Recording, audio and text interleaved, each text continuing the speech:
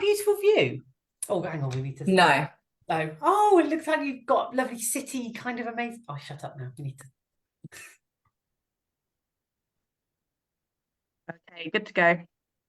Okay. Good afternoon, Katie. How are you doing? I'm wonderful, thank you, Emily. It's lovely to see you again. Yeah, lovely to see you. We were just saying, weren't we, that we last saw each other in the National Gallery when was it? Oh, 2000. goodness. A couple of years ago, National Couple Gallery, of years ago. NSEAD summer gatherings, and I feel like I need to say it was Emily that inspired me to contact Bloomsbury initially to write the book. So all thanks to her. It was you that gave me the confidence to do it. So I'm really grateful for that. Well, we are really grateful that you did. And I've got the book here.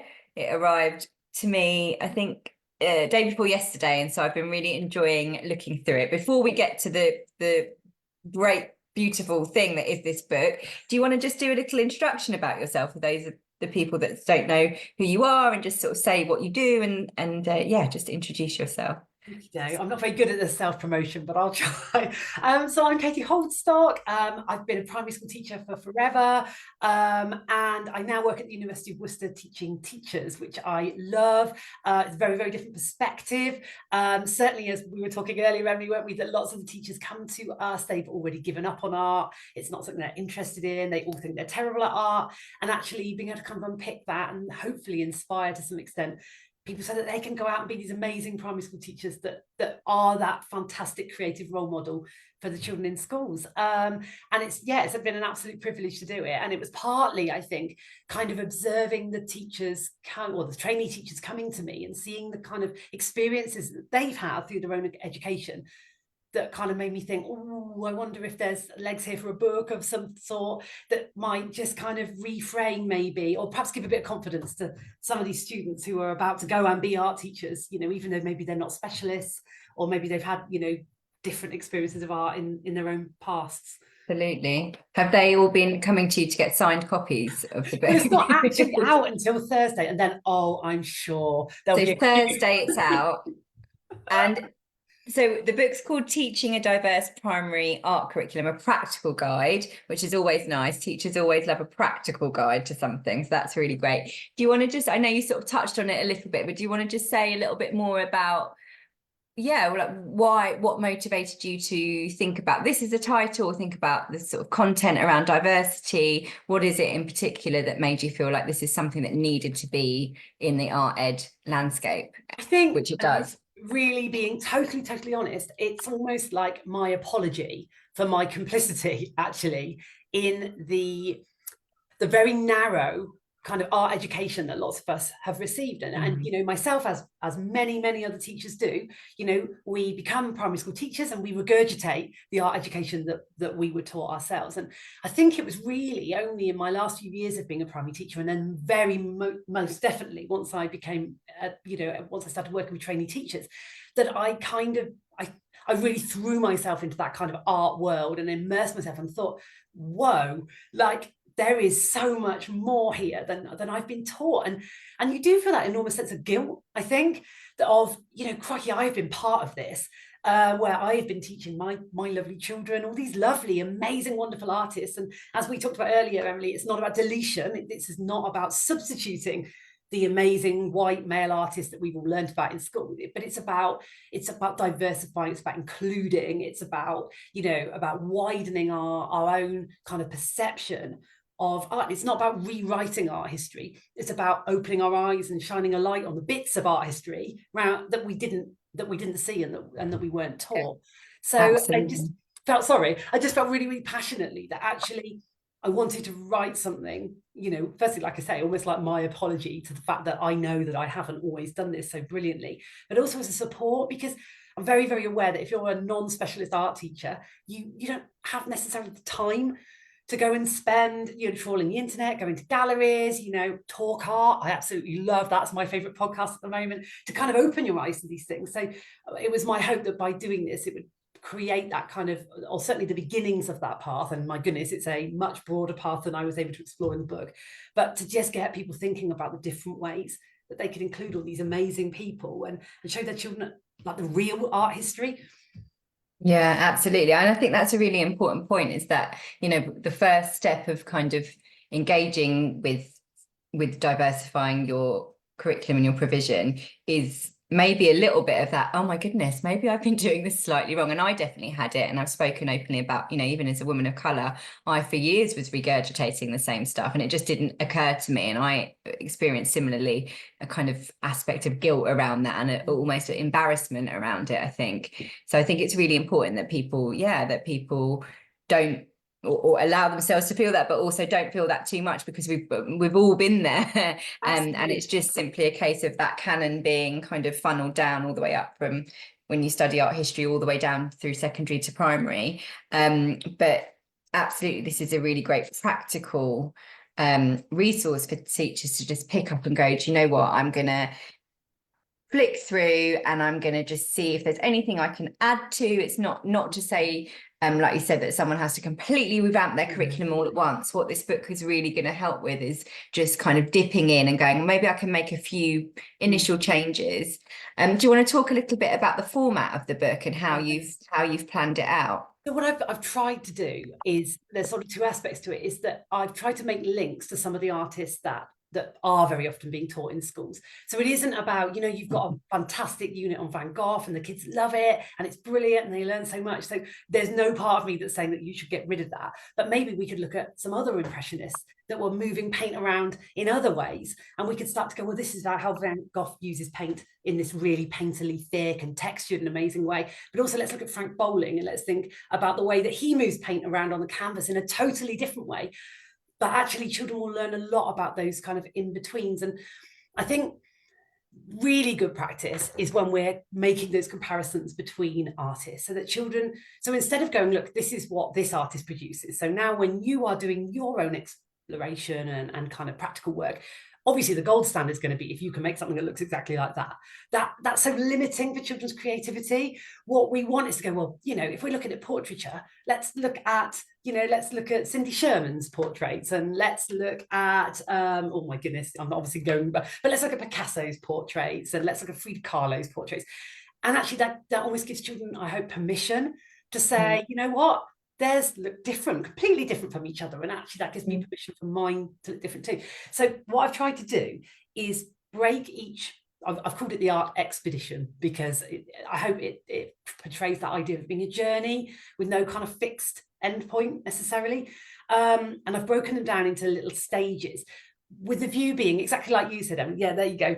Exactly like you said, is that what I'd like is for teachers to be able to pick this up and perhaps have a dabble with some of the ideas that I've got. But then once they've got that kind of formula of, right, we start with a question, then we're going to go and do some observation, and we're going to experience the subject matter, and then we're going to go and experiment, using the work of an artist to support us.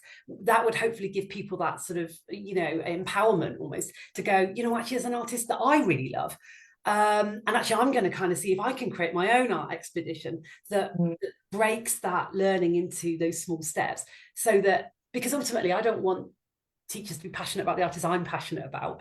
I want them to be passionate about the artists that they're passionate about, because that passion will obviously imbue onto the children that they work with and create that love of art, which I know that you feel so strongly about. Yeah, absolutely. And I think that's so important. And we were just talking about it before we went live, that thing of adding to the canon, not deleting the canon. And it is really useful to know that there are, if your teaching point is around shape and color, there are other artists apart from Kandinsky that you can look at. You can still look at Kandinsky, but you could also look at Hilma Af or, which you Alma introduced me to, I have Thomas. to say. Hilma Af Klint, she's in there, but you were the inspiration for that, because I went on one of your training courses, and wow, just opened my incredible mind to just a whole new realm. And I think the other thing that's really important is that nowhere in the national curriculum does it say that artists have to be famous. And so I'll try to sort of talk about the fact that actually there's a wealth of local art and and art that you might just flick through on Instagram and go, God, that is cool. I'd like to have I bet my children would enjoy that. There is nothing, obviously we need a breadth of artists. We do need to teach children about those big greats who've had inspirational kind of groundbreaking work that's inspired other people. But I don't know whether we always necessarily have to go, oh my goodness, are they famous enough for them to be in our curriculum? And actually, I think the wording in the new Ofsted subject review is about the neglected and contested stories of art, and that's exciting. I think, you know, that's giving us now that permission to go, you know what, I'm going to go delving, I'm going to explore, and I'm going to find some of these people that maybe I haven't heard of before, or maybe, Absolutely. you know, have been lesser known. But if it speaks to you, then, you know, let's do it. It sounds great. Absolutely. And then, you know, it's that thing as well of connecting the dots, isn't it? Like you say, you know, you find out about this artist, for example, Hilma App, and you think about how she actually had links with Kandinsky and that circle of artists and writers, etc. And you start to build this kind of broader web and broader map of what the art landscape actually looked like and looks like, and how intertwined it was with the historical context and geographical context and cultural context. And it just means that art, instead of being this very kind of narrow linear thing, becomes this like amazing big expansive landscape. And I think it's also recognizing the fact that I think sometimes we naively think that these artists that we're going, you know, we're going delving for, that they weren't famous. But in their own time, like take Artemisia Gentileschi, for example, who I've literally never heard of until the last year. She was a rock star in her time. Yeah, like absolutely. an absolute world-renowned, famous, financially independent female artist at a time when women weren't even allowed to pick up paintbrushes, you know, and yet somehow history has deleted her from our knowledge, where in a way that it hasn't for white male artists. And so I think it's that real understanding that we're not going trawling for artists that weren't famous in their own right and trying to elevate their status just because they don't fit that white canon. They were absolutely doing it, and doing it magnificently, you know, very successfully in their own time. It's the fault potentially that the art historians have chosen who to include and who to leave out. And so actually getting these, and it does feel like, I think galleries and, you know, and you know, the art, they're doing a better job. Much better. And it's thinking about how those artists actually influenced other artists as well. So no one exists in isolation, not even Van Gogh or, you know, Picasso. So there are these influences of lesser known artists along the way as well. I'm really curious about how you did select the artists to I bet that was a real absolute nightmare. And that's why I was saying to you, Emily, like I really struggle to sort of look through the book now without feeling that sense of, why didn't I do so? And even, you know, as I just mentioned, you know, talk art is now my sort of my daily companion driving to and from work. And every time I learn about somebody new, another amazing artist, I think, they would be so brilliant. And, you know, somebody said, I'm not planning on writing a sequel, but someone said, do you think you could? I'm 1,000 times over. It was an absolute nightmare. But what I tried to do was just pick people that I personally felt an affiliation with, that I could look at their art and I wanted to know more and I wanted to find out. And then to some extent, people who I felt would be really, really kind of amazing role models in the class, and thinking about specific sort of demographics of children potentially, like, for example, Judith Scott, who I am just completely in love with, who's an artist with Down syndrome, for those people who are listening who don't know.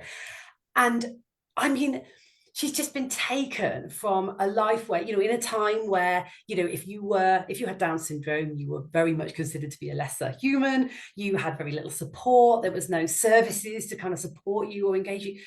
And then through the kind of dedication and the sort of passion of her sister, she's been engaged with art forms. You know, she's completely non-verbal, but just found fiber art, and just that was it. You know, like some people are just born to do something, and she is just off the charts inspirational, and just one for those artists that have that wow kind of factor for you. And often, like we say, I mean, your passion comes across when you're talking about the artists, and as teachers in classrooms, that's what the children or the young people get excited about, when they see your passion and you're there telling these kind of, even the sort of anecdotal stories about those artists. They love all those juicy bits, and it just helps them to build this picture, because not only is it important that they engage with art, but we want them to understand that artists are real people who exist now and who did exist, and they live, you know, the sorts of lives that they lived, and that they work in a studio space, and all these different sort of things about artists as well as the artworks.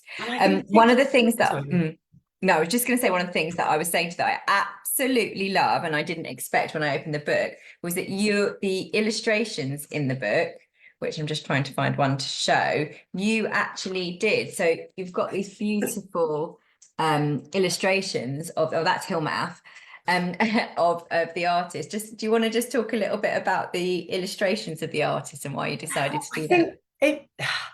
It's partly that the book, I like to think, looks how I think.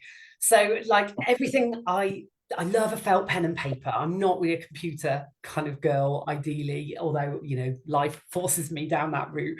But, I liked the idea that the book would look like the way that I used to plan when I was in primary school, which was scribbles and pictures and, text art and all kind of, and, that was something I always really, really enjoyed about the process of planning it. It felt very creative, and I wanted the book to feel like that too. And also, obviously, there's a lot of issues around copyright, using photos of people and things like that. And so actually that, I thought, well, if I lean into this and actually do all the illustrations myself, that creates, I hope it feels like something, I hope it looks a bit like my notebook, and it does look very similar to the notebook when I was designing the book, of thinking, oh, I'll do this and how will I break that down. And I've got to say, I think it's been so helpful for my own practice in some ways to almost really try and delve into the way that I think, to try and explain to someone else.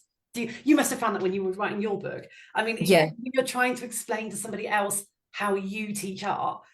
It's quite did you find that? It's quite it's things that I guess we do, especially like you've been teaching for many years, like myself, decades probably we have. But it's that thing of sort of nailing the processes that you do very automatically and intuitively, and having to kind of label them and name them and codify them and explain them to somebody. And it is really useful, and you start to realize, I think sometimes the perception is that art is this kind of like globular thing that doesn't have any kind of process or structure as a subject. And when you sit to write the book and you have to break things down and present them for other people, you start to really understand the kind of the scaffolding underneath all these things, and that there is this strong kind of structure and foundation holding the subject up.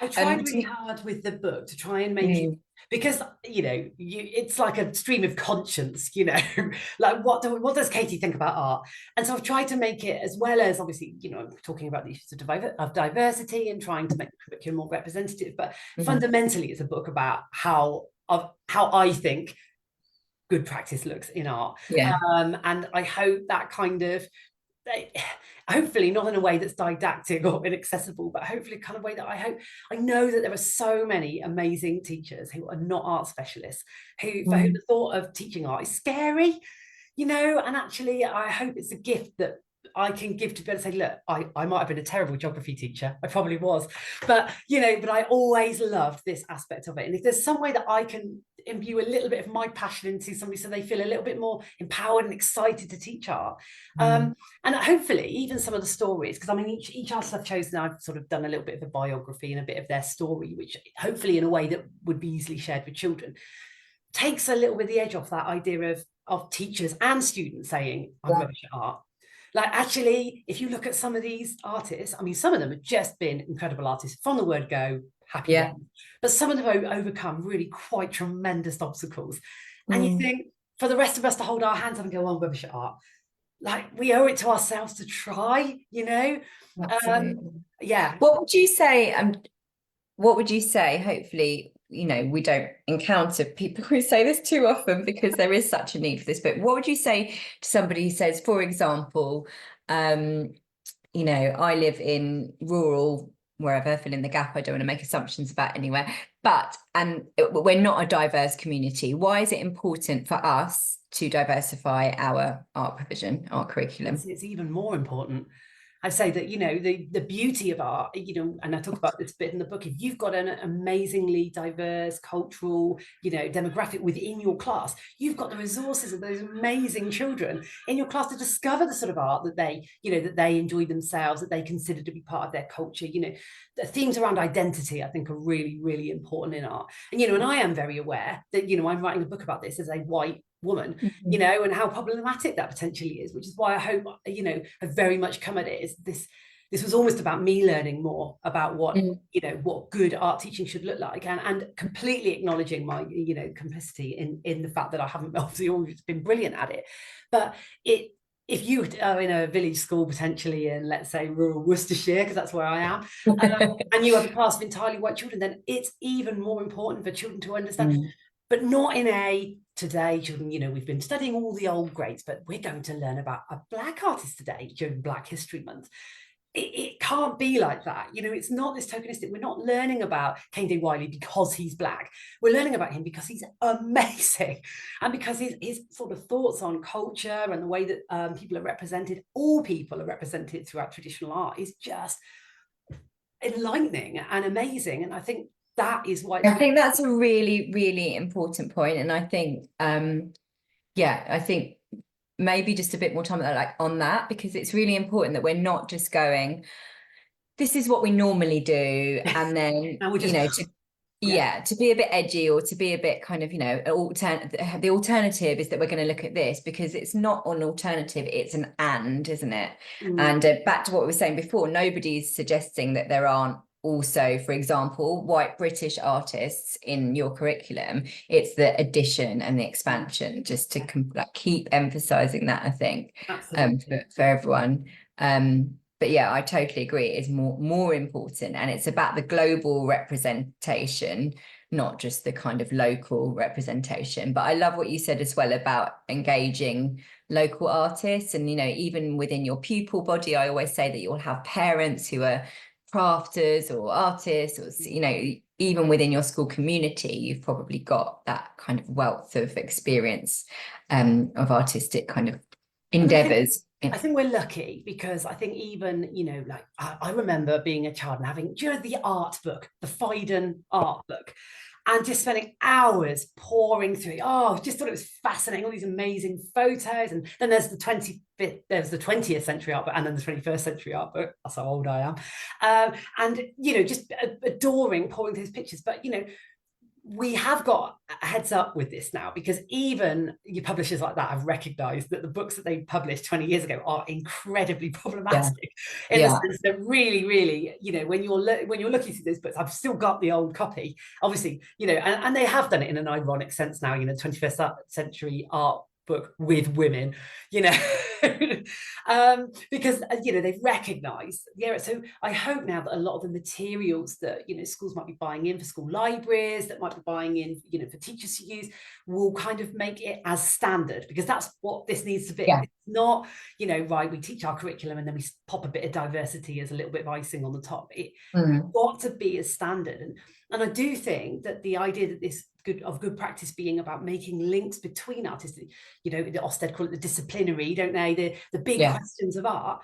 Maybe this is the turning point for us all, because actually we don't have to rewrite what people were already doing, but now we can go, right, okay, here's our staple artist, let's talk about Monet, but let's go and look at all the female impressionists, and let's go and look at art at Colourman, what was going on in other parts of the world at the time that Monet was working, and let's see how about where the influences are, how are they similar, how are they different. So it isn't about going, stop, that's enough, you know, we need to do no more Picasso. You know, absolutely. we need to teach these artists. They were unbelievably influential, but we've got to make those links so that we see everything, and not just this narrow sort of telescope of things. Absolutely. And also not just, I've just seen a comment from Sophie about the fact that, you know, it's not just artists, it's crafters, makers, think links to real creative industries. So it's not just, again, it's that moving away from that narrow view of art has to be oil paintings and bronze and marble, you know, it's like expanding that so that we include textiles and all sorts of other materials as well. Emily, it's got to be fun. You know, I'll get on my rant now about the creative careers and the creative industries, and they're the fastest growing industries in the UK, and yet, you know, we tell our children, we put them off, don't we? Don't do art GCSE, do something proper, you know, something useful. We're not going to, if you do qualification in art, I genuinely believe in years to come, you are going to be so employable. Yeah, because no one else is doing it. So we need, right from the word go, for our children to see that art is not a route into being an artist, although it would be that too, but it's art, it's route into marketing, it's into advertising, it's roots into theatre, it's roots into costume design and interior design, and goodness, there's just a million things that you can do with a passion and a love for art. So you've Absolutely. got to And stop with that on it. thinking, the sorts of thinking that a good art education encourages, through the making, but also through engagement with the artists that we look at. You know, you learn about an artist and you learn about what inspired them and their kind of making journey, and you're expanding your kind of way of viewing the world and your way of making decisions and your way of creating ideas yourself, which all these are skills that are needed in many other, you know, jobs apart from being an artist, and also outside of the creative industries. So it's finding talking to some of the student teachers, and most of them will attribute the fact that they don't do art anymore to some bad experience that happened in school. And in fairness, I'd say a lot of them blame secondary teacher. I'm not. There were some secondary teachers who were wonderful. It's amazing, but there's something is going wrong in the way that we teach that makes students think that it's not for them, whether we make it seem like it's not important, or whether we make people feel like they're not good at it, or whether we feel like it doesn't matter. But ultimately we're doing something that is stopping those incredibly creative, excited children that from pursuing this as they get older. Absolutely. You know? And you know, like you say, you encounter adults who go, oh no, I haven't done art since whenever, and the arms are folded, and it's this, you know, and actually once they engage with some kind of making, or they learn, like you say, about these wonderful stories of the artist, you just see them, the wonder and that kind of joy come back. Is there anything else before, because we're coming towards the end of our half an hour together, is there anything else you want to talk about in terms of the book and the content and the layout? I mean, it's just so beautiful, and I absolutely agree. It just makes you smile when you pick it up, because it's actually in itself, it's a really lovely object. So yeah, really well done, and big congratulations to you. But yeah, is there anything else you want to add?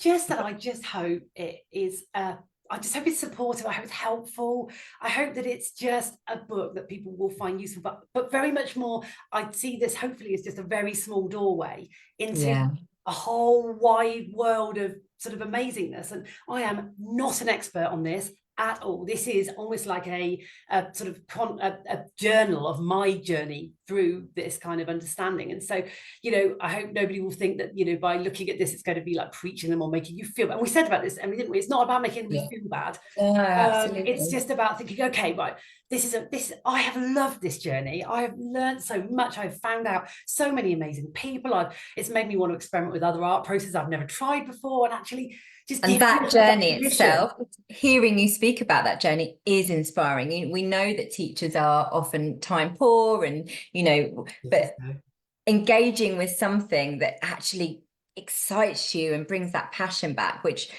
often when I show new artworks or artworks that people haven't seen before to them, like you said about the Hilma outfit, you just see this kind of uplift. And teachers, you know, creating art lessons and creating art content and seeing your book and seeing these lovely artists they may not have heard of, is going to just inject a bit more life and a bit enthusiasm back into the art. It matters so much. And I feel like, you know, the more time I spend in schools, again, sorry, schools, there's, you know, we have become quite formal, haven't we, again, with our education. And I just, there are for lots of children, this is the future. And I just feel like we've got to make sure that every single child gets the best opportunity they possibly can to pursue this, if this is what they want. And, you know, and it's fun.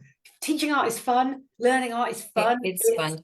Yeah. And I always think in primary schools, it's the moment when primary teachers, it's for them as well. It's not just for the students. That's why things like them engaging with sketchbook work and them doing the making as well is just so important. Who was the main artist that you think, oh my goodness, I wish I'd included that artist in the book now? Oh, don't. Oh, no. Who have you seen in the last 24 hours? Okay, so my latest talk art episode is Shinichi Sawada.